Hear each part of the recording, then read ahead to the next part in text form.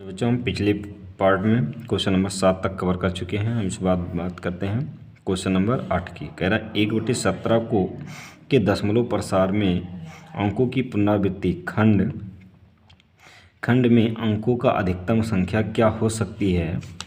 आपने अपने उत्तर की क्या कीजिए, जांच करने के लिए विभाजन प्रक्रिया कीजिए, विभाजन की क्रिया कीजिए। तो हम क्या करते हैं, 17 से भाग करते हैं, किस में, 1 में भाग करते हैं। देखो हम हमारा कितनी बार जाएगा, यहाँ से हम 0 बढ़ाते हैं, दशमलव बढ़ा देते हैं, ये कितना हो जाएगा 10 भाग नहीं जाएगा तो एक 0 बढ़ाएंगे, एक यहाँ 0 बढ़ाएंगे तो देखो हमारा कितना हो जाएगा, कितनी बार ले जाएंगे 17 119, 17 छक्का 102 हो जाएगा, 17 25 85, 5 बार ले जाएंगे तो यहाँ से हमारा हो गया कितना 15 बच जाएगा। फिर दशमलव बढ़ाएं इसलिए यहाँ 0 बढ़ जाएगा। देखो 17 9 153 होता है तो 17 8 136 बार ले जाएंगे तो 136 आ जाएगा। यहाँ से अगर हम घटाते हैं तो देखो हमें यहाँ कितना मिला 14, यहाँ से हमारा कितना हो जाएगा 0 बढ़ जाएगा। फिर देखो 17 8 फिर हम ले जाएंगे कितना 136, तो यहाँ से हम कह सकते हैं 136 मिलेगा। और यहाँ से इसको हम घटाते हैं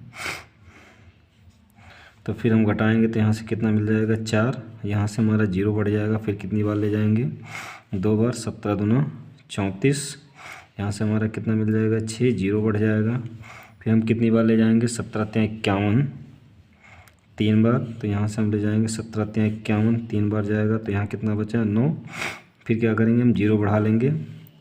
फिर देखो हम कितनी बार ले जा सकते हैं 17 25 85, तो यहाँ से देखो कितना आ गया 5 आ गया। फिर हम 0 बढ़ाएंगे तो 17 दूना 34, 2 बार ले जाएंगे तो यहाँ से 34 घटाएंगे तो यहाँ से हमारा कितना आ गया, यहाँ से अगर देखते हैं तो 16 प्राप्त हो जाएगा। 16, 0 बढ़ा लेंगे। फिर हम भाग करेंगे, कितनी बार ले जाएंगे, देखो 17 9 बार इस बार हम ले जाते हैं तो 9 बार लिखते हैं, 17 9 153, तो यहाँ से हो जाएगा हमारा 7, तो यहाँ से हमारा 0 हो जाएगा। फिर 0 बढ़ाएंगे। फिर देखो यहाँ से फिर हम कितनी बार ले जा सकते हैं 17 छक्का 102 या 17 51, 17 चौके 68, 4 बार ले जाएंगे तो देखो यहाँ से हमारा कितना आ गया 68 आ गया। यहाँ से हमारा 2 बचेगा, फिर 0 बढ़ाएंगे। फिर देखो कितनी बार जाएगा, 1 बार जाएगा। फिर यहाँ 17 51 17 हो जाएगा। फिर इसको हम घटाएंगे तो यहाँ से कितना मिलेगा 3 मिल जाएगा। फिर 0 बढ़ाएंगे। फिर कितनी बार जाएगा, फिर 1 बार जाएगा तो 17 51 17 हो जाएगा। यहाँ कितना मिला हमें 13 मिल जाएगा। फिर 0 बढ़ाएंगे। फिर कितनी बार जाएगा हमारा, फिर देखो यहाँ से हम ले जा सकते हैं 17 8 136, 17 7 बार ले जाएंगे तो 17 7 कितना हो जाएगा 119 हो जाएगा। यहाँ से हमारा 10 में से घटाएंगे तो कितना मिल जाएगा 1, और यहाँ से 1। फिर यहाँ से ले जाएंगे 17 छक्का 102, कितनी बार हो जाएगा हमारा 6 बार जाएगा, 17 छक्का 102। फिर यहाँ से हमें कितना मिल जाएगा 8। फिर यहाँ हमारा कितना बढ़ जाएगा 0 बढ़ जाएगा।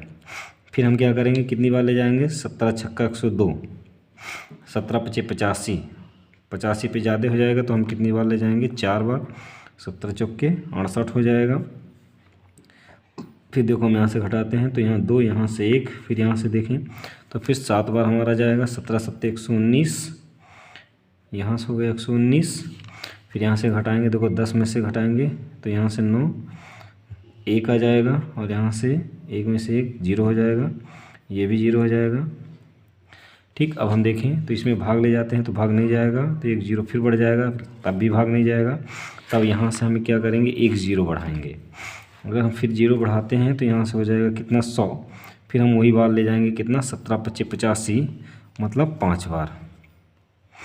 फिर देखिए हमारा यहाँ से कितना आया 15 आया। अब देखिए यहीं से हमारा रिपीट हो रहा है। अगर हम भाग प्रक्रिया देखें तो यहाँ से देखो हम कितनी बार ले जाएंगे, देखो अगर हम 17 से भाग किए, देखो 0 फिर बढ़ाए दशमलव, फिर 0 बार, फिर 5, फिर 8, फिर 8, फिर 2, फिर 3, फिर 5, फिर 2, फिर 9, फिर 4, 1 1 7 6 4 7 और 0, फिर 5। देखो 0 5 यहाँ है, 0 5 यहाँ है। अब यही संख्या हमारी फिर रिपीटेड आ जाएंगी। और भाग प्रक्रिया देखा जाए तो देखो कितना लंबा आपका गया है, देखिए यहाँ तक आपका ये आके मिला है। तो हम कह सकते हैं ये इसकी पूरी लंबी प्रोसेस इसी प्रकार से आगे ये बढ़ता जाएगा, कभी भी ये न विभाजित होगा। अब देखिए कह रहा है कि कितनी संख्या बाद यहाँ से ये रिपीट हो रहा है, ये हमें देखना है। तो देखो 1 2 3 4 5 6 7 8 9 10 11 12 13 14 15 16 17वीं बार जाके रिपीट हो रहा है। फिर चलो देखो यहाँ 9 क्वेश्चन कह रहा है P/Q के रूप में एक परिमेय संख्या लिखिए। उदाहरण लीजिए। फिर कह रहा है P और Q जहाँ पूर्णांक हो जिनका 1 के अतिरिक्त तो कोई अन्य उभयनिष्ठ गुणनखंड नहीं है। फिर कह रहा है जिसका शांत दशमलव निरूपण प्रसार है, क्या आप अनुमान लगा सकते हैं कि Q को कौन सा गुण अवश्य संतुष्ट करेगा। तो देखो अगर हम यहाँ से 9वां क्वेश्चन लेते हैं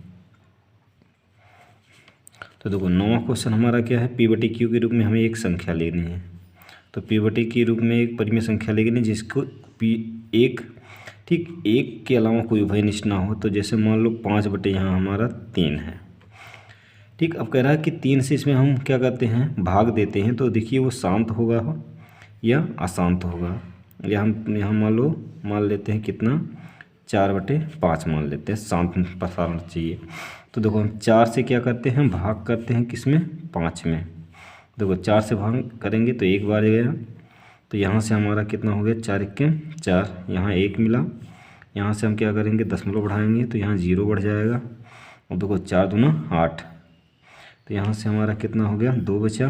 फिर 4 5 20, तो यहाँ से हमारा कितना हो गया, 20। ये पूरा हमारा क्या हो गया, कट गया। तो हम कह सकते हैं देखो ये शांत है। अब देखो यहाँ से कह रहा है कि Q के कौन से गुण संतुष्ट करते हैं। तो यहाँ पर जब भी कोई क्या होगा, सम संख्या होगा, तो हम कह सकते हैं कि वो क्या होगा, आपका शांत होगा। यहाँ लिखेंगे Q बराबर सम के लिए क्या होगा, सम संख्या पर शांत दशमलव प्राप्त होगा।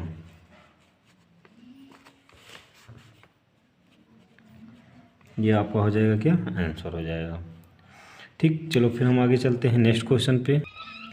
देखो फिर हम बात करें क्वेश्चन नंबर 10 की। करें 3 ऐसी संख्याएं लिखिए जिनके दशमलव प्रसार क्या हो, अनवसानी अनावर्ती हो। मतलब वो हमेशा आता रहे, वो कभी भी हम उसे परिमेय संख्या के रूप में न तोड़ सकें। तो देखो 10वां क्वेश्चन अगर हम आंसर की बात करें तो देखो जैसे फर्स्ट की हम बात करें 0.01 001 00 01 000 01 00000 1। इस प्रकार से हमारी अगर कोई संख्या प्राप्त होती है तो हम कहेंगे ये क्या होगी, हमारी प्रसार जो अनवसानी अनावर्ती होगी, कभी भी ये क्या होगी, रिपीटेड नहीं होंगी। और इसके बाद कभी भी इसे हम शांत रूप में नहीं लिख सकते हैं। और ये एक हमारी क्या है, अपरिमेय संख्या है।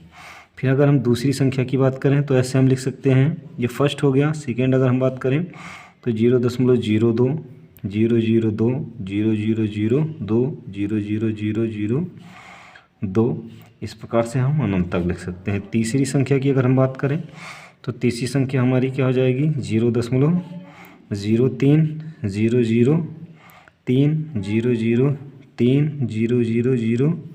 003 इस प्रकार से अनंत तक हम लिख सकते हैं। चलो फिर हम बात करें क्वेश्चन नंबर 11 की। देखो क्वेश्चन नंबर हमारा 11 क्या कह रहा है, कह रहा है कि परिमेय संख्या 5/7 और 9/11 के बीच 3 अलग अलग अपरिमेय संख्या लिखिए। अपरिमेय संख्या मतलब जिसे हम P/Q के रूप में नहीं तोड़ सकते हैं। तो देखो हम जैसे अगर बात करें क्वेश्चन नंबर 11, तो 5/7 और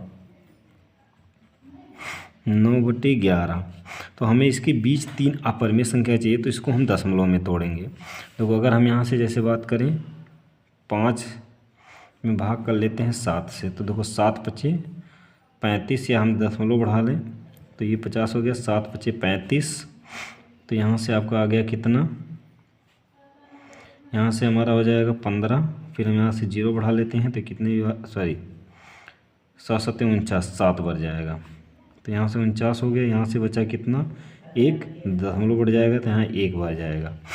तो यहाँ से हम कह सकते हैं इसको 0.71। और इसकी अगर हम वैल्यू बात करें तो 0 दशमलव, देखो 11 9 99, मतलब 11 8 88, 8 बार ले जा सकते हैं। 88 मतलब 2 बचेगा और 2 20 हो गया, फिर 11 किम 11, मतलब यहाँ से 71 से 81 के बीच में चाहिए। तो हम 3 संख्या चाहिए, तो फर्स्ट अगर हम मान लेते हैं 0.72, ठीक, क्योंकि 72 के बाद ही 71 आएगा, मतलब 0.71 के बाद ही 72 आएगा। फिर 0 1 लगा लेते हैं, 72, 0 0 लगा देते हैं, 72, फिर 0 0 0 लगा देते हैं, 72, फिर 0 0 0 0 लगा लेते हैं, 72, ऐसे अनंत तक। ठीक, ये हमारी एक अपरिमेय संख्या हो गई। दूसरी अगर हम बात करें तो 0.73 73 0 0 73 0 0 0 73 और 0 0 0 0 और 73, ऐसे से अनंत तक हम लिख सकते हैं। फिर अगर हम तीसरी की बात करें, तीसरी तो यहाँ 0.74 0 74 0 0 74 0 0 0 74, ऐसे ये हमारी अनंत तक आती रहेंगी, कभी भी अंत नहीं होगा। इसे हम कहेंगे अपरिमेय संख्या। ठीक, चलो फिर हम बात करें क्वेश्चन नंबर 12 की। क्वेश्चन नंबर 12 हमारा क्या कह रहा बताइए कि निम्नलिखित संख्याओं में कौन सी संख्या क्या है आपकी परिमेय है, कौन सी अपरिमेय संख्या है। तो देखो, परिमेय संख्या और परिमेय संख्या निकालने का सबसे आसान तरीका जिसे हम P/Q के रूप में लिख सकते हैं वो परिमेय संख्या, जिसे नहीं लिख सकते वो क्या होगी, हमारी अपरिमेय संख्या होगी। तो जैसे अगर हम 12वां की बात करें, क्वेश्चन नंबर फर्स्ट, देखो कह रहा है √23, तो ये हमारी एक क्या है, अपरिमेय संख्या है, अपरिमेय संख्या, क्योंकि इसका रूट निकलेगा नहीं और इसे हम परिमेय संख्या के रूप में लिख नहीं सकते हैं। दूसरा देखें, कह रहा √225, 225 का वर्गमूल निकालेंगे तो 15 हो जाएगा, तो ये लिख सकते हैं हमारी क्या है, परिमेय संख्या है, ये हमारी क्या हो जाएगी, परिमेय संख्या। और तीसरे की बात करें, कह रहा है कि 0.3796, तो ये भी हम इसे लिख सकते हैं कितना, 3796 और बटे 1000, सॉरी 10,000, तो ये भी हमारी एक क्या हो जाएगी, परिमेय संख्या, ये भी हमारी क्या हो जाएगी, परिमेय संख्या। फिर हम चौथे की बात करें, कह रहा है कि 7.478478, इस प्रकार से। तो हम कह सकते हैं ये कहीं रिपीटेड नहीं है। ठीक, 7 8 4, फिर 7 8 4 होगा या क्या होगा, तो हम कह सकते हैं कि हमारी जो होगी वैल्यू, ये एक क्या है, अपरिमेय संख्या है, अपरिमेय संख्या, क्योंकि जब तक हमें रिपीटेड ना मिल जाए तो वहाँ पर हम कह सकते हैं वो क्या होगी, अपरिमेय ही होगी। पाँचवें की बात करें, 1.101, ये 001 0001 और 0001, तो हम कह सकते हैं ये भी हम P/Q के रूप में नहीं तोड़ सकते, तो ये भी हमारी क्या हो जाएगी, अपरिमेय संख्या, ये भी हमारी क्या हो जाएगी, अपरिमेय। तो देखो, पहला हमारी अपरिमेय, दूसरा परिमेय, तीसरा भी परिमेय, चौथा अपरिमेय, पांचवा भी अपरिमेय संख्या। चलो फिर हम बात करें क्वेश्चन नंबर 13। देखो, क्वेश्चन नंबर 13 हमारा क्या गया है, कह रहा 1 और 2 के बीच एक अपरिमेय संख्या लिखिए। तो अपरिमेय संख्या मतलब वही जिसे हम P/Q के रूप में नहीं लिख सकते, वही हमारी क्या कहलाती है, अपरिमेय संख्या। चलो अगर हम बात करें 13वां की, तो देखो 1 और 2 के बीच एक अपरिमेय संख्या,